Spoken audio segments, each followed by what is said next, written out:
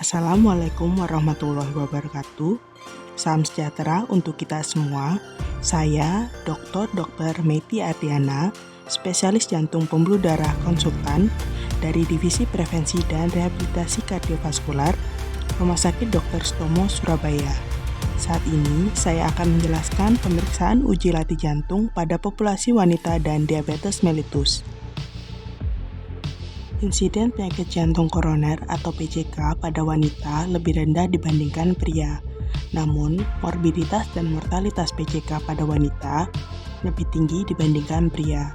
Faktor risiko PJK pada wanita mencakup usia, penyakit penyerta seperti hipertensi, diabetes mellitus, obesitas, dislipidemia, stres lingkungan kerja, dan kurangnya dukungan sosial keluarga atau lingkungan. Wanita seringkali jarang dirujuk untuk uji latih jantung karena sejumlah faktor berikut. 1. Gejala penyakit jantung yang tidak khas. Wanita cenderung mengalami gejala atipikal seperti nyeri dada diffuse atau tidak spesifik, kelelahan ekstrim, mual, sesak napas, atau nyeri punggung. Gejala-gejala ini sering disalahartikan sebagai gangguan non-kardiovaskular, sehingga evaluasi jantung tidak dianggap prioritas. 2. Persepsi resiko yang rendah. Penyakit jantung seringkali dianggap lebih umum pada pria dibanding wanita. Kesalahpahaman ini menyebabkan wanita dengan faktor risiko kardiovaskular tidak diberi perhatian yang cukup. 3.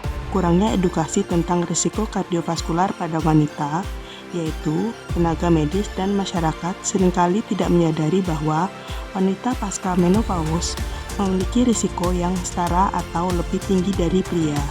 Wanita dengan diabetes memiliki risiko lebih tinggi untuk silent ischemia. Selain itu, faktor lain yang menyebabkan wanita jarang dirujuk untuk uji latih jantung karena sejumlah faktor berikut. Keterbatasan akurasi diagnostik pada wanita. Hasil uji latih jantung berbasis EKG pada wanita sering menghasilkan false positif, yang dapat mengurangi kepercayaan terhadap tes tersebut. Ini menyebabkan dokter cenderung menghindari merujuk wanita ke uji latih jantung, terutama jika ada gejala minimal. Selanjutnya, faktor sosial dan psikologis. Wanita sering memprioritaskan kesehatan keluarga dibandingkan kesehatan pribadi, sehingga gejala mereka sering kali diabaikan. Ketakutan terhadap prosedur medis atau ketidaknyamanan dapat menjadi penghalang. Terakhir, pendekatan diagnostik alternatif. Dokter lebih memilih pemeriksaan pencitraan langsung seperti coronary CT angiografi atau stress imaging untuk menghindari hasil yang tidak jelas dari uji latih standar. Berikut adalah algoritma diagnostik pada pasien wanita dengan kecurigaan PJK. Pasien dengan risiko penyakit jantung iskemik intermediate dengan ST segmen pada EKG istirahat tidak didapatkan abnormal dapat dimulai dilakukan strategi uji latih treadmill. Bagian ini menjelaskan alur penilaian risiko ischemic heart disease atau IHD atau penyakit jantung iskemik pada pasien dengan risiko intermediate dan intermediate tinggi. Pada pasien dengan risiko intermediate tanpa abnormalitas segmen ST saat istirahat, langkah pertama adalah melakukan exercise treadmill test atau ITT. Jika aktivitas sehari-hari atau ADL pasien atau indeks status aktivitas atau DASI pasien terbatas, langkah selanjutnya adalah strategi pencitraan selektif. Bisa dilakukan stress imaging pada risiko intermediate tinggi dan CCTA pada intermediate risk. Namun, jika tidak terbatas, hasil EKG diperiksa. Jika EKG menunjukkan abnormalitas atau hasil yang tidak jelas, maka strategi pencitraan selektif juga bisa dilakukan. Pada pasien dengan risiko intermediate tinggi seperti adanya abnormalitas segmen ST saat istirahat atau disabilitas fungsional, pendekatan awal melibatkan modalitas pencitraan. Dua pilihan utama adalah stress imaging, misalnya stress ekokardiografi atau nuclear imaging.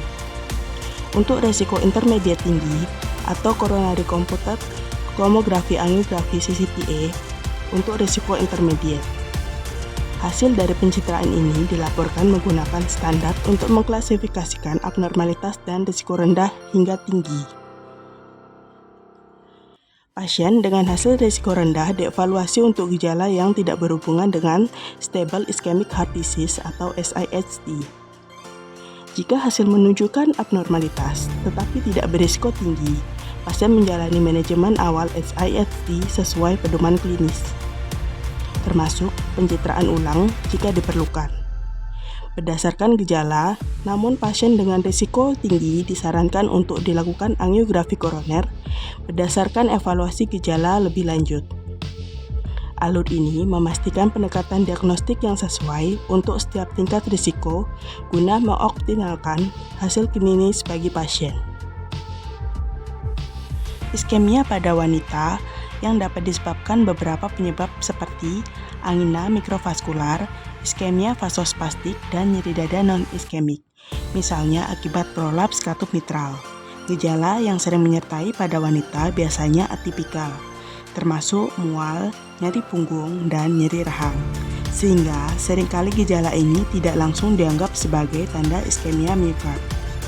Dalam evaluasi awal dengan tes diagnostik, wanita dengan skor risiko rendah yang mendapat hasil negatif pada tes memiliki kemungkinan penyakit jantung koroner atau PJK yang sangat rendah. Namun, jika hasil tes positif atau tidak meyakinkan atau inkonklusif, evaluasi lanjutan perlu dilakukan melalui pencitraan stres atau angiografi koroner untuk memastikan diagnosis. Uji latih jantung pada wanita memiliki indikasi utama pada mereka dengan gejala dan skor risiko sedang, serta kondisi EKG yang normal saat istirahat. Meskipun uji latih jantung memberikan sensitivitas sebesar 31% sampai 71% dan spesifisitas 66% sampai 86%, interpretasi hasilnya memerlukan perhatian khusus karena sensitivitas dan spesifisitas pada wanita lebih rendah dibandingkan pria. Untuk wanita dengan kemungkinan resiko rendah atau low pretest likelihood, manfaat uji latih jantung terbatas. Efikasi tes minimal pada wanita dengan risiko rendah, dan risiko hasil false positif cukup tinggi, terutama pada wanita pramenopause dengan gejala atipikal. Dalam kasus tertentu, seperti untuk meyakinkan pasien dengan gejala atipikal dan low likelihood PJK, uji latih jantung dapat digunakan meskipun jarang ditemukan perubahan ST iskemik pasca olahraga dalam kelompok ini, sesuai dengan low risk Duke treadmill score. Beberapa gejala umum PJK pada populasi wanita yaitu mual, nyeri punggung, nyeri rahang, sesak, dan kelemahan umum. Variabel-variabel dalam uji latih jantung memainkan peran penting dalam menentukan risiko tinggi penyakit jantung koroner pada wanita. Kapasitas fungsional latihan diestimasi menggunakan protokol uji latih berdasarkan kecepatan dan tingkatan treadmill. Risiko tinggi ditandai dengan kapasitas kurang dari 5 mets hingga kurang dari 100% mets prediksi usia, dengan rumus 14,7 dikurangi 0,13 dikali usia. Nadi pemulihan yang merupakan perbedaan antara nadi puncak dengan nadi 1 menit setelah pemulihan dianggap berisiko tinggi jika nilainya kurang dari sama dengan 12 denyut per menit setelah 1 menit pemulihan. Perubahan segmen ST juga menjadi indikator penting. Depresi segmen ST lebih dari sama dengan 2 mm atau lebih dari sama dengan 1 mm saat kapasitas latihan kurang dari 5 mets menunjukkan risiko tinggi. Selain itu, elevasi ST lebih dari sama dengan 2 mm tidak padalit dengan gelombang Q atau AVR juga menjadi tanda risiko. Duke Treadmill Test atau DTS dihitung menggunakan formula waktu latihan dikurang 5 dikali ST delta dikurangi 4 dikali indeks angina. Dianggap beresiko tinggi jika nilai DTS kurang dari sama dengan minus 11. Respon tekanan darah selama uji latih memberikan wawasan tentang resiko. Penurunan tekanan darah sistolik lebih dari 10 mm Hg dari kondisi istirahat menunjukkan resiko tinggi. Terakhir, aritmia ventrikular yang persisten, seperti fibrilasi ventrikular atau VF, juga mengindikasikan peningkatan risiko. evaluasi variabel-variabel ini memberikan panduan komprehensif dalam menilai risiko kardiovaskular pada wanita selama uji latih jantung. Rekomendasi pengujian stres latihan pada wanita bergantung pada risiko pretest untuk penyakit jantung koroner atau PJK dan kondisi EKG istirahat. Wanita dengan risiko pretest menengah untuk PJK memiliki EKG istirahat yang normal dan mampu melakukan latihan fisik maksimal direkomendasikan untuk di-screening menggunakan Exercise Stress Test atau IST. Rekomendasi ini masuk dalam kelas 1 dengan level B, menunjukkan bahwa langkah ini sangat dianjurkan berdasarkan bukti tingkat menengah. Sebaliknya, wanita yang memiliki risiko rendah terkena PJK dan tidak menunjukkan gejala tidak direkomendasikan untuk di-screening dengan IST. Rekomendasi ini berada dalam kelas 3, yang berarti tindakan tersebut tidak berguna dan mungkin dapat menyebabkan lebih banyak kerugian daripada manfaat. Selanjutnya adalah pemeriksaan uji latih jantung pada populasi diabetes mellitus. Diabetes mellitus meningkatkan risiko komplikasi makrovaskular seperti PJK, penyakit cerebrovaskular, dan arteri perifer, serta mikrovaskular seperti retinopati, nefropati, dan neuropati, dengan risiko penyakit jantung 2-4 kali lebih tinggi. Pada diabetes tipe 2, obesitas visceral memicu pelepasan zat inflamasi yang merusak pembuluh darah, menyebabkan dislipidemia, hipertensi, resistensi insulin, dan komplikasi vaskular.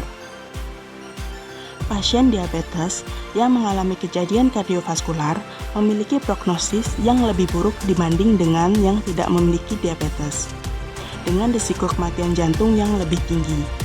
Masih ada tantangan signifikan dalam pencegahan dan diagnosis PJK pada pasien diabetes karena beberapa faktor, yaitu diabetes mellitus sebagai faktor risiko independen penyakit jantung, komplikasi PJK sebelum diagnosis klinis diabetes, gejala atipikal atau tidak adanya gejala PJK pada diabetes.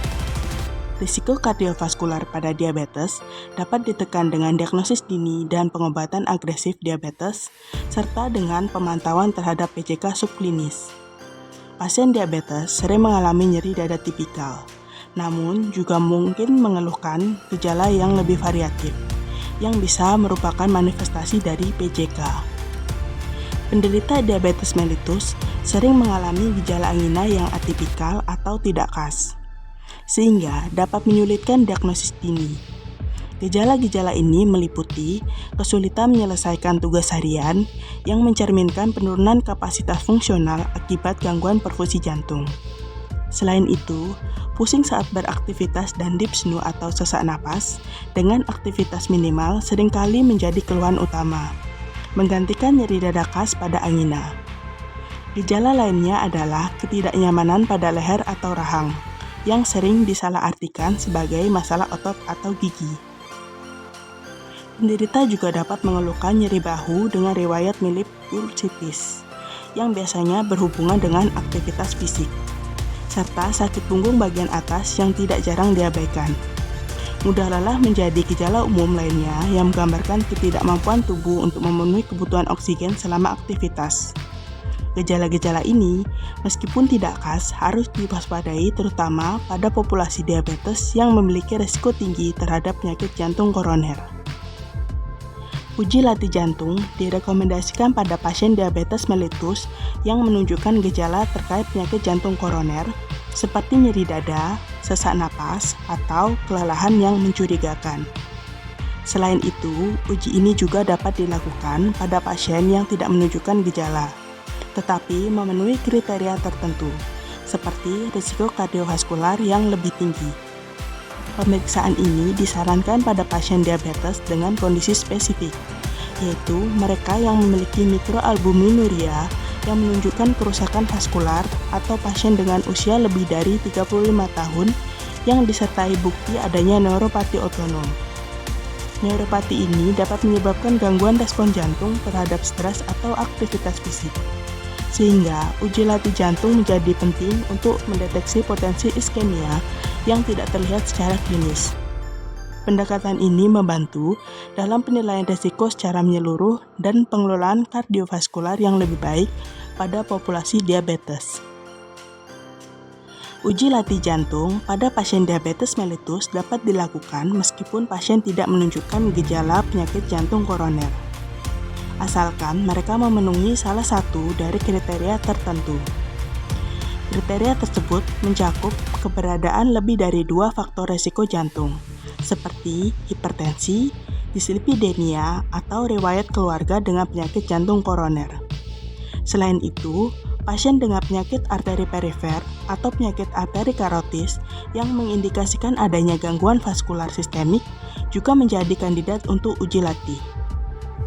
Kriteria lain yang relevan termasuk hasil EKG istirahat yang tidak normal menunjukkan kemungkinan adanya iskemi yang perlu dievaluasi lebih lanjut. Pasien dengan penyakit arteri koroner yang bergejala seperti angina sangat dianjurkan untuk menjalani uji ini. Terakhir, pasien yang berencana memulai program olahraga berat juga direkomendasikan untuk menjalani uji latih guna memastikan keamanan aktivitas fisik intensif. Pada pasien diabetes mellitus yang menerima terapi insulin, terdapat rekomendasi khusus untuk waktu pelaksanaan pemeriksaan. Pasien disarankan menjalani pemeriksaan dalam keadaan puasa atau sekitar 2 jam setelah sarapan atau makan siang. Rekomendasi ini bertujuan untuk memastikan stabilitas kadar glukosa darah selama tes berlangsung, sehingga hasil yang diperoleh lebih akurat. Alasan untuk pengaturan ini adalah bahwa infus glukosa intravena yang diberikan saat tes dapat meningkatkan insiden depresi segmen ST pada hasil EKG.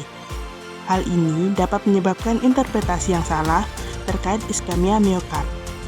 Dengan memperhatikan waktu pemeriksaan, risiko terjadinya hasil positif palsu dapat diminimalkan, sehingga hasil uji latih lebih dapat diandalkan untuk penilaian kondisi kardiovaskular pasien diabetes.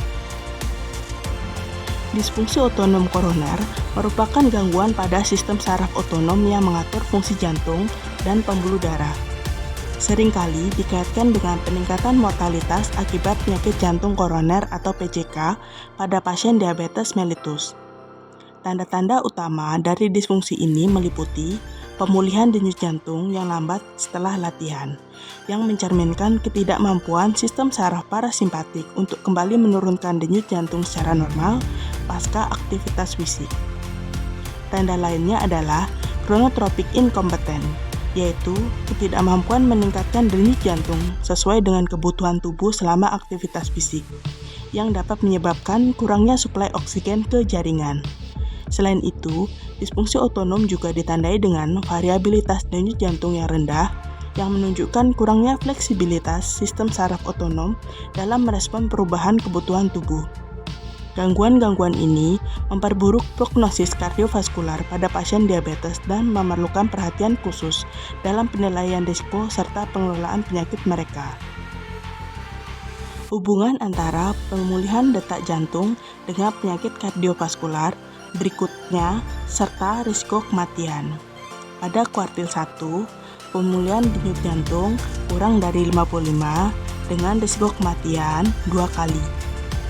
Pada kuartil 2, dengan pemulihan denyut jantung 55-66 dengan risiko kematian kardiovaskular 1,5 kali. Pada kuartil 3, dengan pemulihan denyut jantung 67-75 kali dengan risiko kematian kardiovaskular 1,5 kali. Pada kuartil 4, dengan pemulihan denyut jantung lebih dari 75 kali dengan risiko kematian kardiovaskular 1 kali. Faktor yang menurunkan variabilitas denyut jantung adalah usia, aterosklerosis, depresi, neuropati otonom diabetik, peningkatan kadar insulin serum, apnea tidur obstruktif, kurangnya aktivitas fisik, napas cepat dan dangkal, penurunan sensitivitas barorefleks, dan merokok. Kesimpulan, uji latih jantung pada populasi khusus pada wanita pasien diabetes memerlukan perhatian khusus, karena pemilihan pasien dengan faktor risiko dan gejala yang tepat sangat penting untuk menilai uji latih jantung dengan akurat. Modifikasi prosedur dan interpretasi hasil perlu disesuaikan dengan pedoman terbaru untuk memperoleh informasi maksimal. Demikian video terkait pemeriksaan uji latih jantung pada populasi wanita dan diabetes mellitus. Saya, Dr. Metki Ardiana, spesialis jantung pembuluh darah konsultan, mengucapkan terima kasih.